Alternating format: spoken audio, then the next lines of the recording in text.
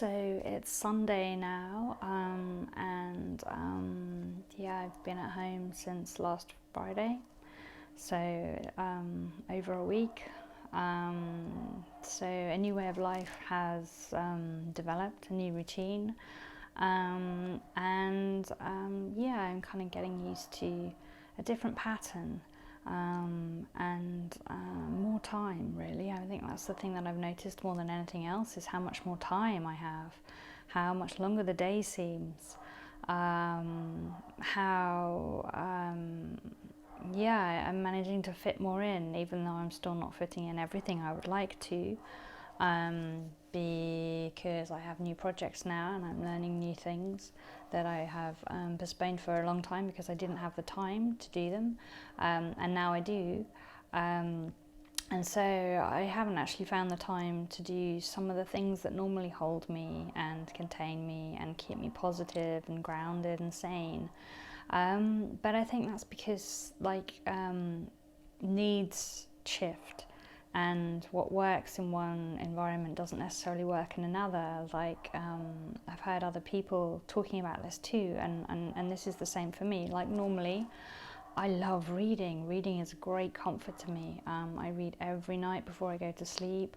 And during the day, I like to read too, usually listening to audiobooks so that I can do something else at the same time. I do embroidery work. I'm an artist, and so I like to embroider and educate at the same time. And at the moment, I'm finding that it just doesn't go in. Like, I can't concentrate on reading, and as much as I want to escape into a book, especially before sleep, to send myself off from a place of comfortable containment, it's just not possible. My brain is just moving too fast, and the book that I'm reading, just it's not resonating with me anymore. It was the book that I'm reading actually was a really strange choice that I didn't realize when I picked it. And now I think I'm struggling maybe a little with it because of that, because it's all about the Spanish flu. Sorry,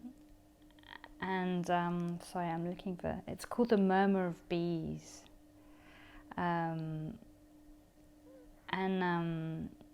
Yeah, it's, let me find The Murmur of Bees by Sofia Segovia. And yeah, it's a piece of Mexican fiction translated. It's a really beautiful book, a really long book, but a really beautiful book. And I was really, really enjoying it until last week. But it was, yeah, it's about the Spanish flu and the devastation that caused all over the world, really. And so right now it's probably not the best thing for me to be reading, even though we've got past that part in the book.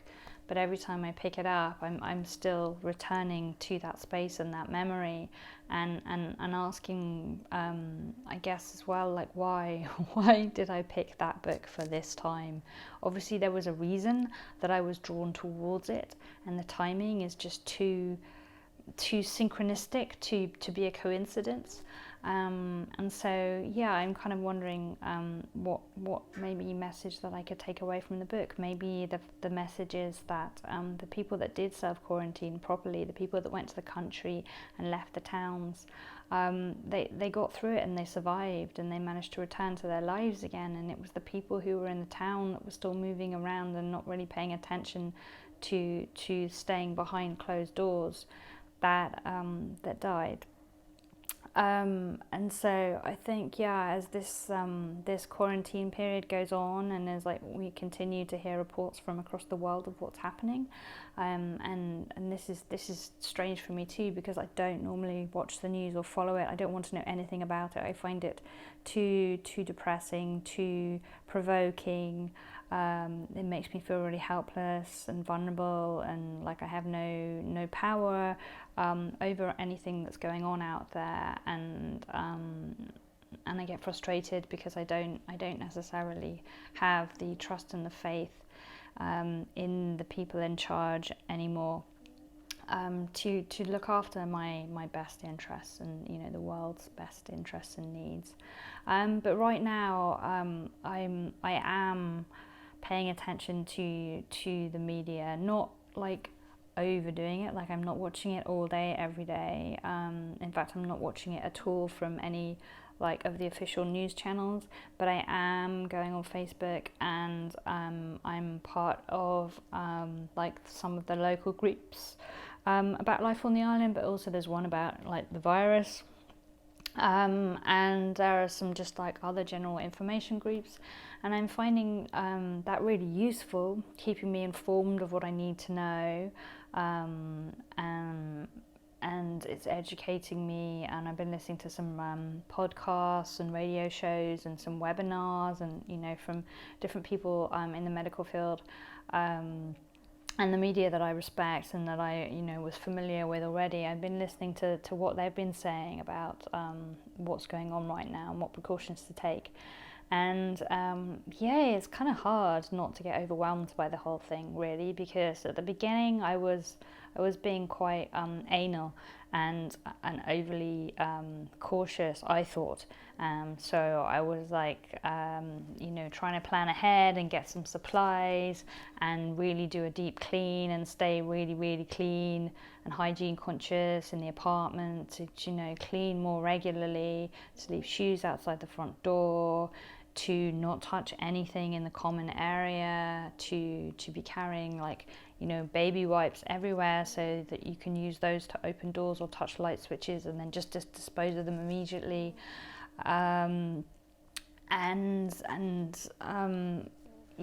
like then when my partner comes back he's the one that's doing the shopping trips, and he said that in the supermarkets it's mainly men, very, very, very male dominated at the moment, I guess. Basically, if you're in a couple or a family or whatever, then one person is chosen to be the one that goes out each time, and so a lot of the time that's the man, if he's the one that is the most healthy. And then the women are the single women and the single mothers. I have friends who are having to take their children to the supermarket because they have no other choice, and that's tough, that's really hard.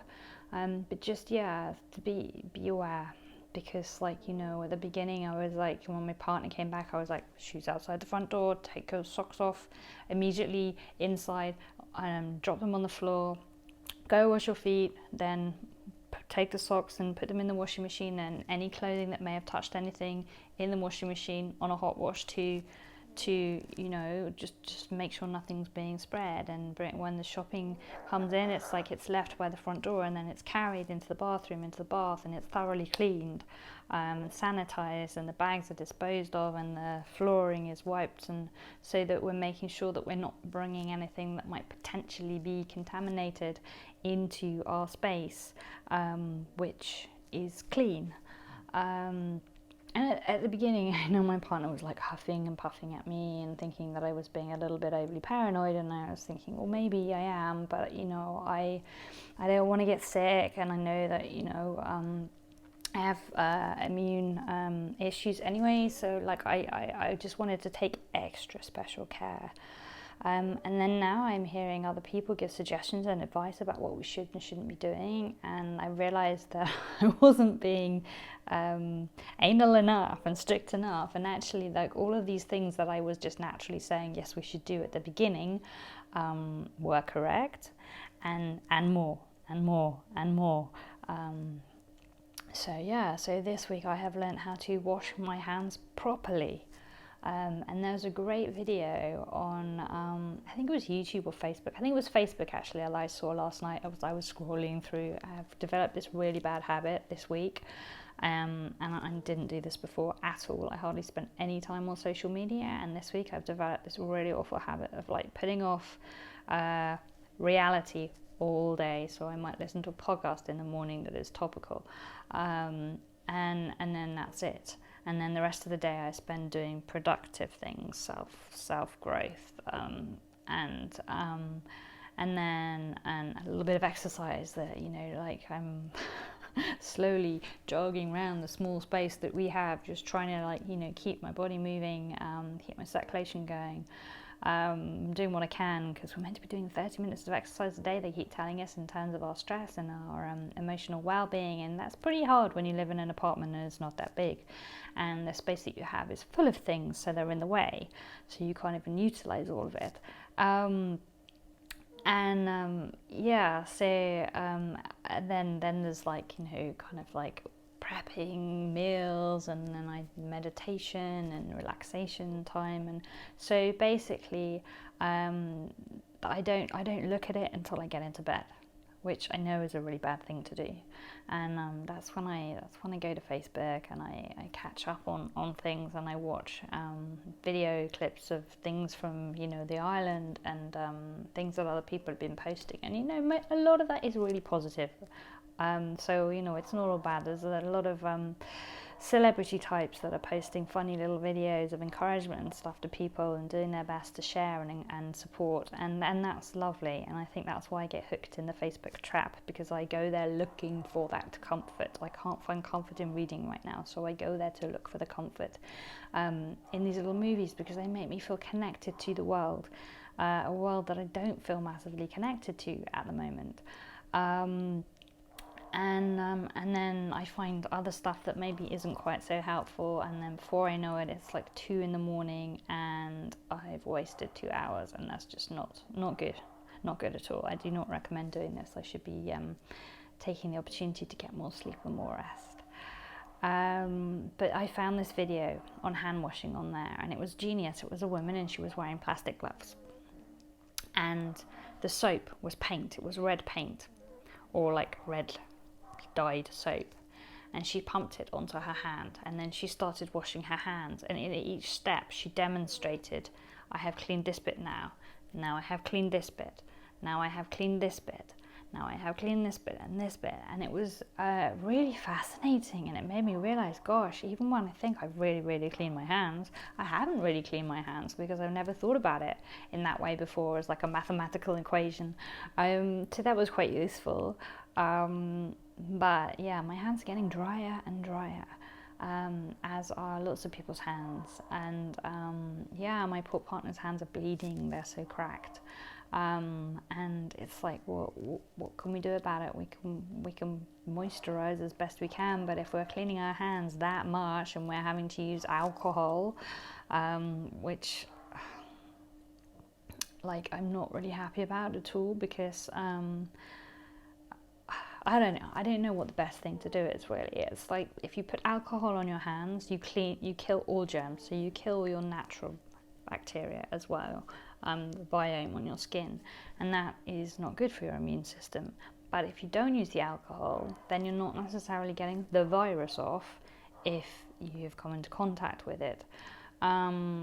So while I'm in my house, I try and limit my hand washing to just when I think I may have touched something that has recently come from outside, because after a couple of days, I think everything is fine. It's just fresh stuff coming in, or if it's been in the fridge or the freezer, then that slows it down a couple more days.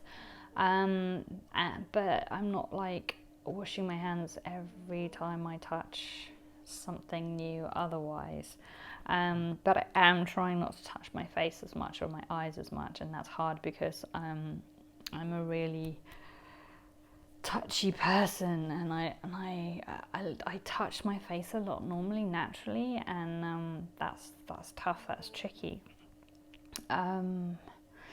But we're doing what we're being told to do, because these people are studying it and working out what is best for us, and I have to trust that. So any time that I touch something that I'm scared about, or that has recently come from outside, then I will wash my hands with alcohol. I have a solution that I've made with alcohol, vinegar, and some essential oils, and then a bit of water, and kind of like sanitizing with that after washing with the soap, just to make extra sure.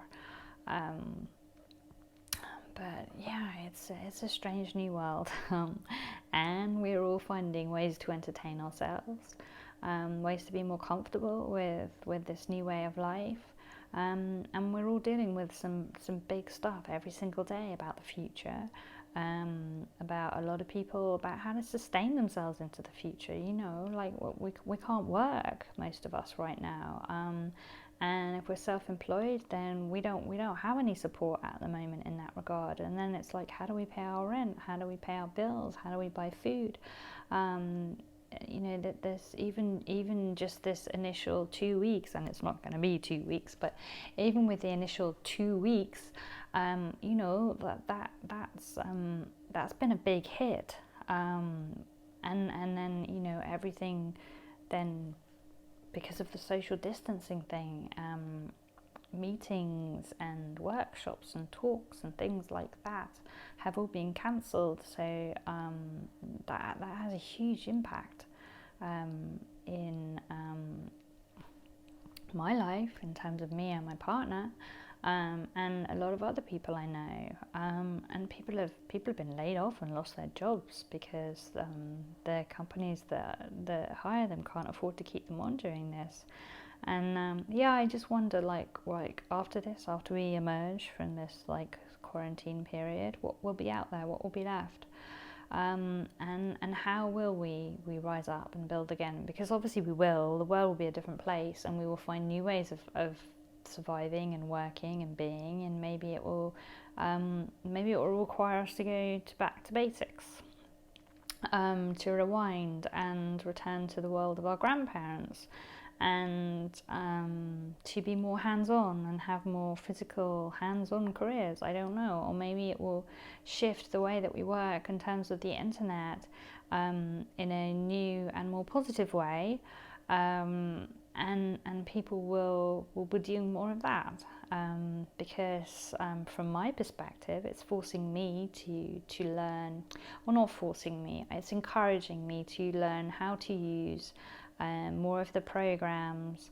that are out there in terms of social media, and being in connection with people, so that I can put videos out and I can chat and I can just share my perspective and try and shine a little light, maybe, with what I'm saying into your life, just through knowing that, hey, you know, I'm like you, you're like me, we're all the same, we're all in the same situation, we're going through the same thing, we're all stuck in our homes, we're all having the same thoughts, and if we share how we're feeling and we share our experience of the situation, then we'll feel less alone. I think that's the big thing, is like, how do we feel less alone in this time where we are essentially more alone than we've ever been before? I mean, we can't go out, we can't see our friends, all we've got is who we live with, that's it. Full stop, nothing else. And beyond that, we have our neighbours across the street who, I think as time goes by, we will become more and more connected. And you know, people already, people are joining together here at 8 p.m. every day, every evening, to clap and to say thank you to the city and the workers for the great job that they're doing, and their bravery and heroism, and then we are being thanked back for our work in staying in, which is also a form of heroism, I think, because people are sacrificing big time in order to be compliant. So we might not be in the face of danger every day. You know, our biggest danger might be the run to the supermarket and the potential contact that we will encounter there, or having to go to the gas station to get gas, or, you know, it's like my partner had a problem this week that hasn't quite been resolved yet of, we have a hire car. We don't own a car here, we choose to hire a car all the time just because it's easier, it's less responsibility, and living in the city, cars tend to get damaged really, really quickly. The way that cars are treated here is quite radically different to what I grew up with in England, and people bump themselves into spaces, then that's just the way, and which is okay if it's not your car, but if it is your car, it's pretty upsetting. If you're British, anyway, and maybe from other cultures too. Whereas here, it's the way. So we hire a car, and then it's covered by insurance, and they expect it to be bumped and scratched. That's just the way of things. But our car has to be taken back next week to the airport, and then a new one ideally picked up, because we don't want to be without a car at the moment, just in case we need it for an emergency. More than convenience, because it's not really going to get used right now. We're not allowed to go anywhere. You can't go shopping somewhere else outside of where you live, unless you have a specific reason and a piece of paper to say why, because they don't want us travelling. So my partner has to go to the airport to take the car back, and he's apprehensive about being stopped by the police on the way there and getting a fine, because the fines are quite high. And then it's also the people contacts that, like the police have a lot of contact with a lot of people. So if you're in quarantine and you're trying not to be in contact with anybody, then you don't really want that added risk and exposure. So that's worrying for both of us. And then at the airport, having to exchange the car, and then it's like the car rental companies have all shut down anyway. I mean, they're still receiving cars, but they're not renting cars. So he can't even get a car to drive home again afterwards. He's then going to have to get a bus or a taxi, and then there's the potential risk there, and it's all just like a big problem. And he was trying to see if he could extend the hire of the car for longer, and the car company basically wanted to charge him €1,000 just to the end of the month. So €1,000 just for 2 weeks or 1 week. It was just ridiculous.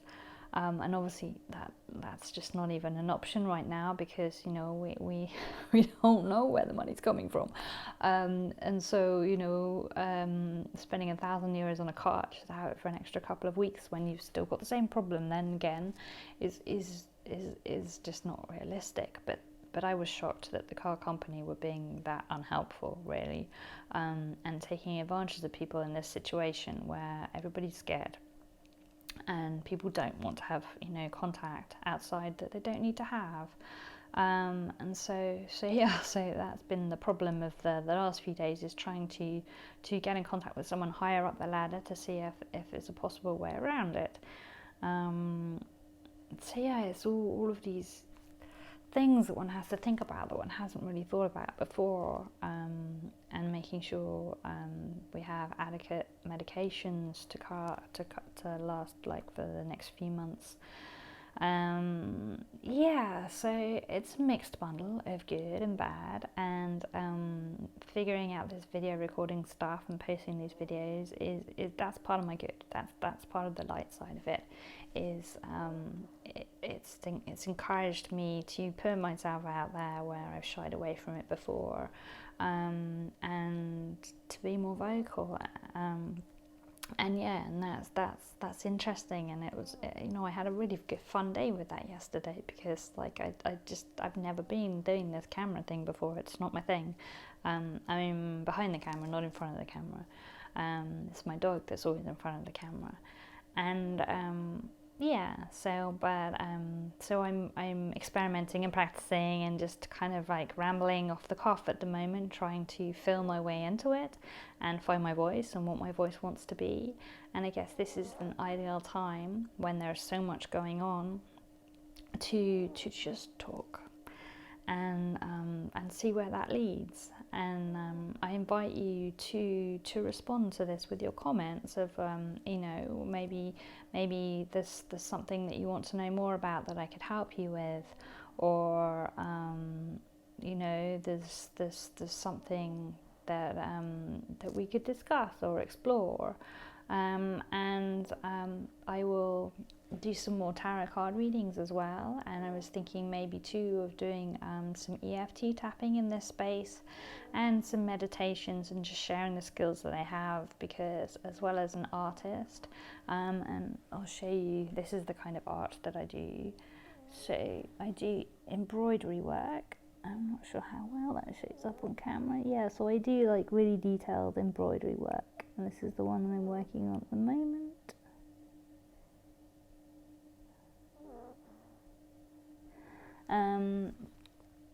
But I also work as a spiritual counselor and a healer, and that some of the tools that I use are EFT tapping and Reiki and crystals and tarot cards and flower essences and essential oils. And another tool called matrix reimprinting, which is kind of like EFT, but it's done internally and visually as opposed to physically, which is probably safer right now. Then you don't have to touch your face, or you can just wash your hands and touch your face. Yeah, so let me know what you would like to see more of, and I will endeavour to show it here. Okay, I hope you're having a good Sunday, and thank you for watching. Lots of love. Bye.